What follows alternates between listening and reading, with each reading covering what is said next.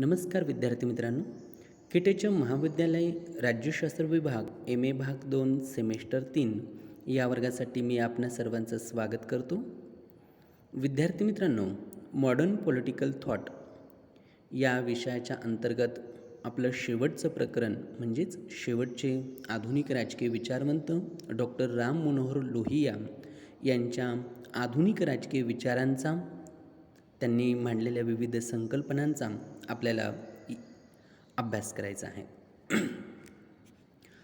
विद्यार्थी मित्रांनो, खरं तर आधुनिक भारतातील राजकीय विचारवंत स्वातंत्र्य, समता, न्याय या तत्वांचे खंदे असे पुरस्कर्ते होते. स्वातंत्र्य लढ्याच्या काळातही त्यांनी जे विचार मांडले त्यात परकीय सत्तेपासून देशाला स्वातंत्र्य मिळवून देण्याचा विचार जसा होता तसाच राष्ट्रीय स्वातंत्र्यानंतर राष्ट्राची उभारणी स्वातंत्र्य, समता, न्याय ह्या तत्वांवर करण्याचा विचार त्यामध्ये होता.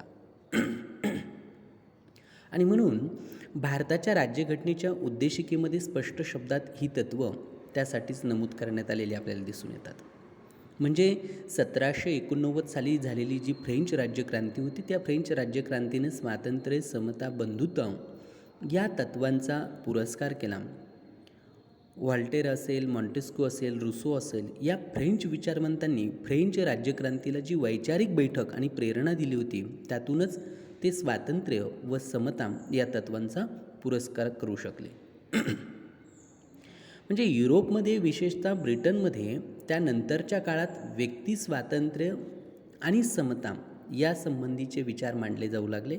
मग त्यामध्ये जेरेमी बेंथम असेल, जॉन स्टुअर्ट मिल असेल, या ब्रिटिश विचारवंतांनी व्यक्ती स्वातंत्र्याचा पुरस्कार आपल्या विचारांमधून केलेला दिसतो. ब्रिटनमध्ये याच काळात म्हणजे 19व्या शतकात लोकशाहीचा विकास होत होता आणि व्यक्ती स्वातंत्र्यासाठी विचारवंतांचे विचार त्याला पोषक ठरत होते. याच काळात युरोपमध्ये औद्योगिक क्रांती झाली, कारखानदारी उदयाला आली, औद्योगिक शहरं निर्माण होऊ लागली. औद्योगिकरणानं कारखान्यांचे मालक म्हणजे भांडवलदार व कारखान्यात काम करणारे म्हणजे मजूर असे वर्ग निर्माण झाले. मालक वर्गाकडून मजूर वर्गाचं शोषण होऊ लागलं. समाजात आर्थिक विषमता वाढत गेली आणि मग हा जो सामाजिक अन्याय होता, हा सामाजिक अन्याय दूर करण्याच्या उद्देशाने युरोपमध्ये समाजवादी विचारांचा उदय झाला. आर्थिक विषमता दूर करणं आणि समाजातील शोषण नाहीसं करणं हा समाजवादी विचारांचा उद्देश होता. समाजात आर्थिक विषमता निर्माण होते कारण उत्पादनाची साधनं म्हणजेच कारखाने ह्या ज्या काही गोष्टी आहेत ह्या खाजगी मालकीच्या असतात आणि ही खाजगी मालकी नाहीशी करून उत्पादनाची साधनं सार्वजनिक मालकीची केली तरच त्यातून होणारं उत्पादन हे समाजाच्या मालकीचं होईल. समाजाच्या गरजेनुसार उत्पादन करता येईल आणि मजुरांचं शोषण नाहीसं होईल. श्रीमंत वर्ग, गरीब वर्ग हा जो भेद आहे तो नाहीसा होईल. समाजात आर्थिक समता निर्माण होईल. असं हा समाजवादी विचारांचा एकूण सार आपल्याला सांगता येतो. कार्ल मार्क्स असेल, फ्रेडरिक एंगल्स असेल, या जर्मन विचारवंतांनी समाजवादाला शास्त्रीय बैठक दिली. श्रमजीवी वर्गाचं शोषण केवळ भांडवलशाहीतच चाललेलं आहे असं नसून मानवी इतिहासाचंच शोषक वर्गाकडून शोषित वर्गाचं होणारं शोषण हा इतिहास आहे आणि म्हणून भांडवलशाहीत या शोषणानं तीव्र स्वरूप धारण केलेलं आहे. कामगारांनी आपले शोषण व आपल्यावरील अन्याय दूर करण्यासाठी भांडवलशाहीच्या विरोधात राजकीय क्रांती केली पाहिजेत. राजकीय सत्ता ताब्यात घेऊन उत्पादनाची साधनं सार्वजनिक मालकीची केली पाहिजेत. मालक व मजूर हा भेद नाहीसा केला पाहिजेत आणि आर्थिक समता प्रस्थापित केली पाहिजेत असा त्यांच्या विचारांचा आशय होता. आणि मग मार्क्सच्या विचारांनी प्रेरित होऊन पुढे 1917 साली रशियामध्ये साम्यवादी क्रांती झाली आणि जगातलं पहिलं साम्यवादी शासन तिथं प्रस्थापित झालं. आता भारतात देखील याच काळात महात्मा गांधीजींच्या नेतृत्वाखाली सत्याग्रहाच्या चळवळीला प्रारंभ झालेला होता. स्वातंत्र्यानंतर भारताची उभारणी कोणत्या तत्वांवर करायची याबद्दल गांधीजींनी आपले विचार मांडलेले होते. त्याला आपण गांधीवाद या नावाने ओळखलं जातं. आता या काळात भारतातील इतर अनेक राजकीय नेते, राजकीय विचारवंत यांच्यावर युरोपमधील हा लोकशाही आणि समाजवादी विचाराचा प्रभाव होता. म्हणजे हे सांगण्याचा उद्देशच हा आहे की भारतातील राजकीय विचारवंतांवरती हा जो युरोपातील लोकशाही आणि समाजवादाचा जो प्रभाव पडला, त्यातून रशियातील मग साम्यवादी क्रांती तसंच गांधीवाद विचार यांचा कमी जास्त प्रभाव ह्या विचारवंतांवरती राहिलेला दिसतो. गांधीवादी चळवळ भारतात सुरू झालेली होती. त्याचबरोबर समाजवादी साम्यवादी चळवळीला भारतात प्रारंभ झालेला होता. आणि या काळात काही राजकीय विचारवंतांनी गांधीवाद आणि समाजवाद यांचा मेळ घालून गांधीवादी समाजवाद ही कल्पना मांडली. आणि डॉक्टर राम मनोहर लोहिया हे त्यापैकी एक प्रमुख विचारवंत आहेत, ते एक राजकीय नेते आहेत. आणि म्हणून आपल्याला डॉक्टर राम मनोहर लोहिया यांच्या ज्या राजकीय चिंतनातील ज्या विविध महत्त्वपूर्ण आधुनिक अशा संकल्पना आहेत, त्या संकल्पनांची चर्चा करायची आहेत. आता राम मनोहर लोहिया यांचं विविध विचार अभ्यासणारी लोहिया यांचे प्रास्ताविक किंवा त्यांचा अल्पपरिचय आपण जाणून घेऊया, म्हणजे आपल्याला त्यांचे राजकीय विचार हे अधिक चांगल्या पद्धतीनं कळेल. आता आपल्याला सर्वांना उत्तर प्रदेश माहिती आहेत. उत्तर प्रदेशातील फैजाबाद हा जो जिल्हा आहे, या जिल्ह्यामध्ये अकबरपूर येथे एका सामान्य मध्यमवर्गीय कुटुंबात राम मनोहर लोहिया यांचा जन्म 23 मार्च 1910 रोजी झाला. म्हणजे ते अगदी लहान असतानाच त्यांच्या आईचं निधन झालं. आईचं छत्र त्यांच्यावरचं हरवलं आणि मग त्यानंतर चुलती आणि त्यांची आजी यांनी त्यांचा सांभाळ केला. वडील हिरालालजी हे व्यापार क्षेत्रात होते, शिवाय ते काँग्रेसचे कार्यकर्ते देखील होते. त्यामुळे घराबाहेर त्यांचा बहुतेक काळ जात होता आणि म्हणून राम मनोहर लोहियांचं बालपण त्यामुळे बरेचसं हे एकाकी स्वरूपात गेलेलं होतं. त्यांच्या चिंतनशील आणि विक्षिप्त अशा व्यक्तिमत्वामुळे मूळ त्यांच्या एकाकीपणात असावं असं आपण म्हणू शकतो. आता जन्मगावाच्या जवळच असलेलं टंडन पाठशाळेत प्राथमिक आणि विश्वेश्वरनाथ हायस्कूलमध्ये त्यांचं माध्यमिक शिक्षण पूर्ण झाल्यानंतर राम मनोहर लोहियांना मुंबईला जावं लागलं, कारण तोपर्यंत त्यांच्या वडिलांनी मुंबई या ठिकाणी त्यांचा व्यवसायाचं केंद्र म्हणून निवडलेलं होतं. सलग एका ठिकाणी दुसऱ्या ठिकाणी शिक्षणाची संधी लोहियांना कधीच मिळालेली दिसत नाही. त्यांचं महाविद्यालयीन शिक्षणही प्रारंभी काही काळ अलाहाबाद, नंतर बनारस हिंदू विद्यापीठात झालं, त्यानंतर कोलकाता विद्यापीठात झालं. तिथे ते BA झाले. म्हणजे 4 भिंतीतील पुस्तकी शिक्षणाबरोबरच विविध प्रदेशातील या भ्रमंतीमुळे प्रत्यक्ष जनजीवनाचं विविधांगी धडे लोहियांनी गिरवलेले दिसतात. आणि म्हणून शिक्षणाचा त्यांना जन्मभर खूप उपयोग झाला आणि पुढे ते 1929 साली पदवीधर झाले. त्यानंतर उच्च शिक्षणासाठी त्यांना इंग्लंडला जावं लागलं. त्या काळी बहुतेक होतकरू तरुणांची जी इच्छा असायची तीच इच्छा महत्त्वाकांक्षा लोहियांची होती. पण त्यांची आर्थिक परिस्थिती त्याला मुळीच अनुकूल नव्हती आणि त्यामुळे काही हितचिंतकांकडून पैसे गोळा करून लोहियांनी आपली महत्त्वाकांक्षा पूर्ण केली. ते इंग्लंडला गेले, पण स्थलांतराची जी प्रक्रिया होती ती काही मात्र त्यांच्या नशिबाची थांबलेली नव्हती. पुढे इंग्लंडहून ते परत जर्मनीला गेले. तिथे त्यांनी अर्थशास्त्रात संशोधन करून PhD पदवी प्राप्त केली आणि त्यांच्या प्रबंधाचा जो विषय होता तो सॉल्ट अँड सिव्हिल डिसओबिडियन्स हा त्यांचा PhDचा विषय होता.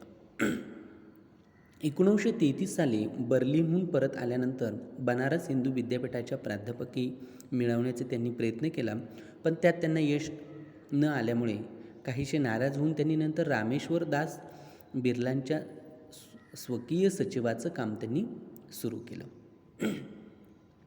राजकारणाची गोडी लोहियांना विद्यार्थी दशेतच निर्माण झालेली होती. 1926च्या गुवाहाटी काँग्रेसला ते स्वयंसेवक म्हणून हजरही राहिलेले होते. पुढे 1934 साली जेव्हा काँग्रेस अंतर्गत समाजवादी पक्षाची स्थापना झाली तेव्हा त्यांनी स्वतःला पूर्ण वेळ राजकारणात झोकून दिलं. काँग्रेस सोशलिस्ट या नियतकालिकाच्या संपादकाची जबाबदारी त्यांनी स्वीकारली. लखनौ अधिवेशनात जवाहरलाल नेहरू यांनी लोहियांची नेमणूक राष्ट्रसभेच्या परराष्ट्र विभागाचे सचिव म्हणून केली. त्या पदावर ते 1938 सालापर्यंत कार्यरत होते.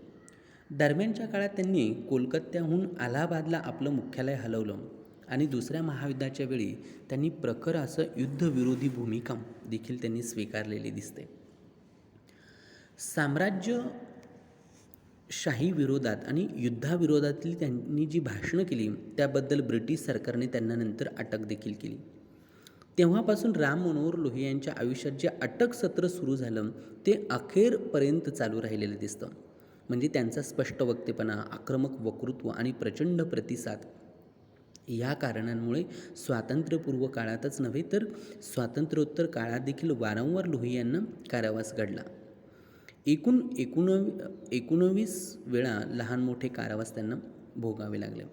त्यापैकी काही कारावासात त्यांना म्हणजे प्रचंड अशा छळाला देखील तोंड द्यावं लागलेलं दिसतं. पण लोहिया हे कधीच डगमगलेले नाहीत किंवा त्यांनी विचारपूर्वक घेतलेली आपली भूमिका त्यांनी परत कधी सोडली नाही. लोहियांची भाषणं अभिनिवेशपूर्ण असायची, मात्र स्वातंत्र्य व समता या मूल्यांचा त्यात जोरदार पुरस्कार देखील असायचा. त्या मूल्यांवर संकट आल्याचा आढळला तर लोहिया त्या अन्यायकर्त्यांविरुद्ध कंबर कसून उभं राहायचे. समाजवादी विचारांवर त्यांची दृढ अशी श्रद्धा होती. समाजवादी विचारात त्यांनी स्वतःची एक वेगळी भर घातलेली दिसते. स्वतंत्रोत्तर भारतातील निवडक मूलगामी व देशी विचारवंतांमध्ये लोहियांची गणना केली जाते. स्वातंत्र्याच्या पाश्चिमात्य परंपरा पचवून त्यांचा भारताच्या प्राचीन परंपरांशी मेळ घालण्याचं महत्त्वाचं कार्य त्यांनी त्यांच्या जन्मभर पार पाडलेलं दिसतं. मार्क्सवादाचे त्यांना प्रचंड आकर्षण होतं, पण त्यांच्या विचारांचा पाया हा गांधीवादात होता. त्यांच्या समाजवादात या दोन्ही विचारसरणींचा म्हणजे मार्क्सवाद आणि गांधीवाद या दोनही विचारसरणींचा समन्वय असल्याचं आढळून येतं.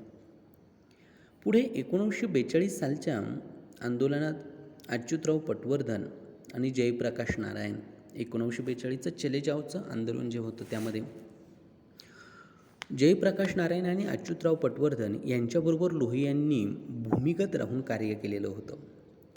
आझाद दस्तसाठी जयप्रकाशांसोबत ते नेपाळला देखील गेले. तिथे त्यांना अटक झाली 1944 साली. 2 वर्षे ते तुरुंगात होते. देशातच नव्हे तर परदेशातही म्हणजे अमेरिका, इंग्लंड, म्यानमार, गोवा या ठिकाणी त्यांनी कारावास भोगलेला आहे. देशाच्या फाळणीला लोहियांचा मात्र विरोध होता. हिंदू मुस्लिम एकजुटीचे ते खंदे असे समर्थक होते. फाळणीनंतर हिंदू मुस्लिम दंगलींचा जो आगडोंब देशात उसळला होता त्यावेळी शांतता प्रस्थापित करण्याच्या उपक्रमांमध्ये गांधीजींसोबत राम मनोहर लोहिया हे देखील असल्याचे दिसून येतात. काँग्रेसची आणि विशेषतः नेहरूंशी लोहियांचे तीव्र असे मतभेद होते. समाजवाद, भाषिक धोरण, अलिप्ततावादी धोरण अशा अनेक प्रकरणी हे मतभेद वारंवार व्यक्त झालेले दिसून येतात. सन 1948 साली समाजवादी पक्ष हा काँग्रेसच्या बाहेर पडला. तेव्हा समाजवादी पक्षाचे नेतृत्व स्वाभाविकच राम मनोहर लोहियांकडे होते. पुढे तो पक्ष कृषक मजदूर पक्षात विलीन होऊन प्रजा समाजवादी पक्ष म्हणून अस्तित्वात आला 1952 साली. त्यानंतर 1955 साली त्यातून बाहेर पडून लोहियांच्या पुढाकाराखालील हैदराबाद मुक्ती समाजवादी पक्षाची स्थापना झाली. तो पक्ष पुन्हा प्रजा समाजवादी पक्षात नंतर विलीन होऊन संयुक्त समाजवादी पक्ष 1964 साली तो अस्तित्वात आला. म्हणजे फाटाफुटीची ही जी क्रिया होती ती पुढे देखील या पक्षाची सुरू राहिलेली दिसते. विद्यार्थी असल्यापासून समाजवादाशी बांधिलकी पत्करलेल्या राम मनोहर लोहियांसाठी या घडामोडी अत्यंत क्लेशकारक होत्या. त्यांचे टीकाकार लोहियांच्या स्वभावदोषांना अंशतः त्या घडामोडींसाठी जबाबदार धरतात. मे 1952 पंचमढीला भरलेली समाजवादी परिषद लोहियांच्या आर्थिक विचारावर कडक अशी टीका झालेली होती. जून 1953मध्ये अशोक मेहतांनी political compulsions of backward economy, मागास अर्थव्यवस्थेतील राजकीय निकडी किंवा गरजा, हा आपला जो सिद्धांत मांडला होता अशोक मेहतांनी, आणि त्यानंतर काँग्रेसची विचारसरणी समाजवादाच्या जवळ जाणारी असल्यामुळे त्या पक्षाशी सहकार्य करण्यातच समाजवादी पक्षाचा शहाणपणा आहे. फटकून राहण्यात कोणाचेच हित होणार नाही. देशाच्या मागासपणामुळे समाजवाद्यांना दुसरा पर्यायच उपलब्ध नाही आणि त्यामुळे असा जो मेहतांचा प्रबंधाचा जो आशय होता, त्यामुळे लोहिया या विचाराशी सहमत नव्हते. समाजवादी पक्षाने काँग्रेस आणि कम्युनिस्ट या दोघांपासून समान अंतरावर राहावं असं त्यांचं म्हणणं होतं. स्वातंत्र्य लढ्यात सक्रिय भाग घेतलेल्या राम मनोहर लोहियांनी स्वातंत्र्योत्तर काळातही आपल्या निष्ठांशी इमान राखून विविध आघाड्यांवरील संघर्षात झोकून दिलेलं दिसतं. मग शेतकऱ्यांचे लढे असतील, जाती तोडण्यासाठीची विविध आंदोलनं असतील, अंग्रेजी हटाव चळवळ असेल, हिंदी राष्ट्रभाषा व्हावी म्हणून संघर्ष असेल, गोवा मुक्ती आंदोलन असेल, नेपाळचा स्वातंत्र्य लढा असेल, अशा अनेक संघर्षांमधील लोहियांचा सहभाग हा लक्षणीय होता. इंग्रजीची जागा हिंदी भाषेने तात्काळ घ्यायला पाहिजे अशी लोहियांची भूमिका होती. प्रशासनाची भाषा जोपर्यंत इंग्रजी राहील तोपर्यंत ती भाषा मुळीच न येणारी बहुसंख्य जनता देशात असल्यामुळे येथे खरी लोकशाही अस्तित्वात येऊच शकणार नाही असं लोहियांचं म्हणणं होतं. 1954 साली त्रावणकोर कोचीन राज्यात त्यांच्या पक्षाचे पट्टम थानू पिल्ले यांचे सरकार असताना भाषावार प्रांत रचनेसाठी आंदोलन उभं राहिलं. सरकारने आंदोलकांवर गोळीबार केला आणि त्यामुळे लोहियांनी त्याचा निषेध केला आणि पिल्ले सरकारचा राजीनामा देखील त्यांनी मागितला.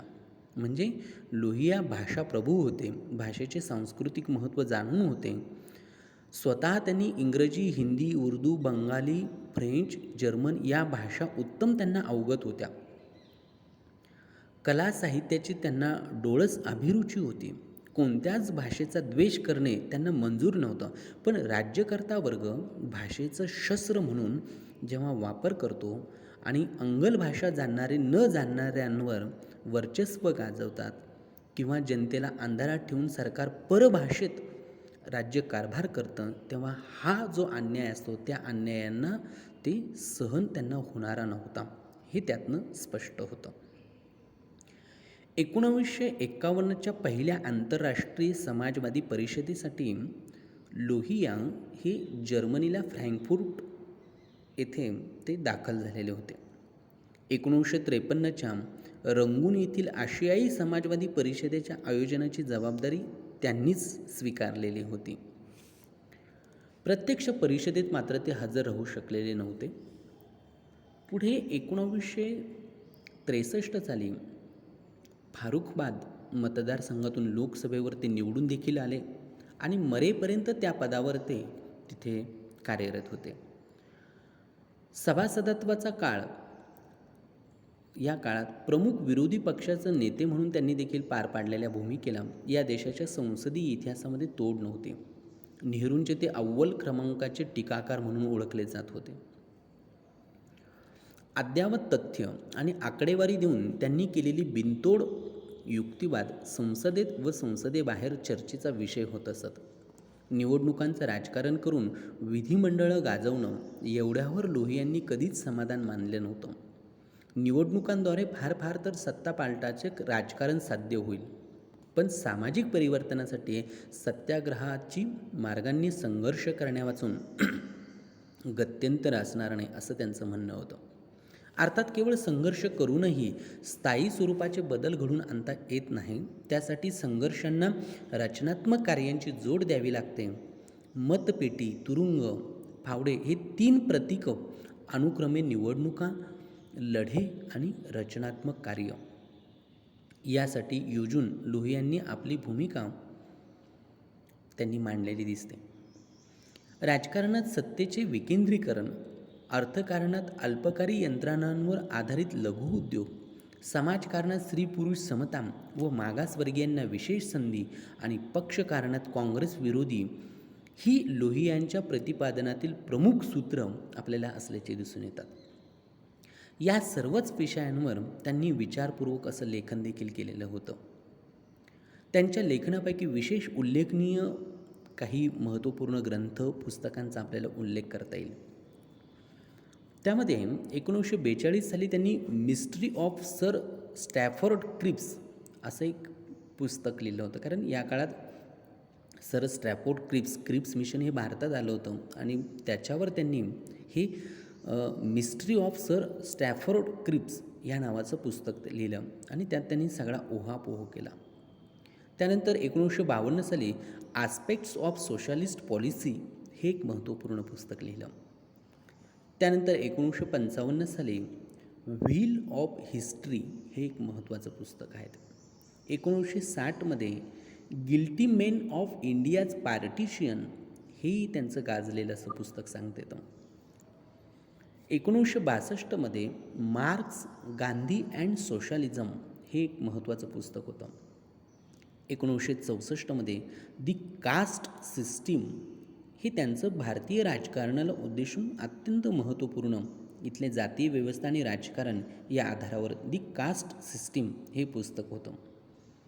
1966मध्ये फ्रॅगमेंट्स ऑफ वर्ल्ड माइंड हे एक पुस्तक होतं.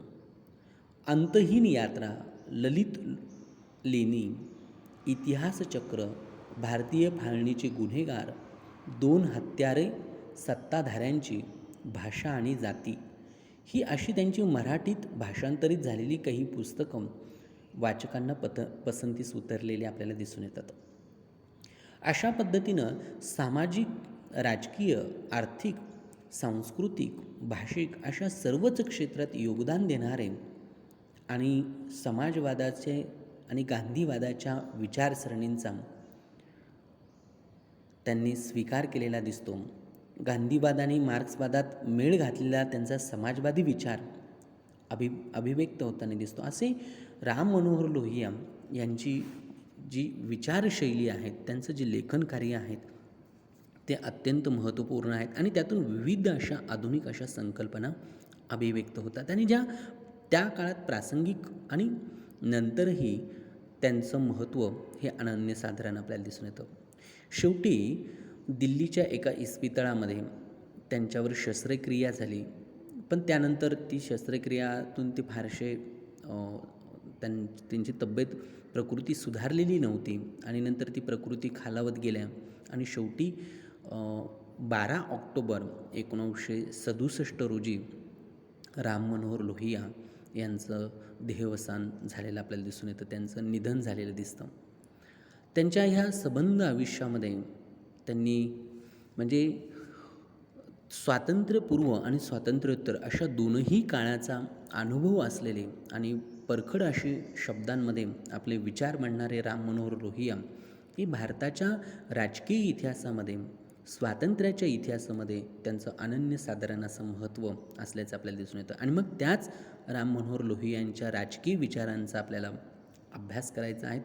पुढील भागामध्ये आपण लोहिया यांचे राजकीय विचार, त्यांचे सभ्यतेविषयक विचार, त्यांचे चौखंबाविषयक असणारे विचार, त्यांचे समाजवादविषयक असणारे विचार, लोकशाहीविषयक विचार या सर्व विचारांची आपण माहिती घेणार आहोत. तोपर्यंत थांबूया. सर्वांचे धन्यवाद.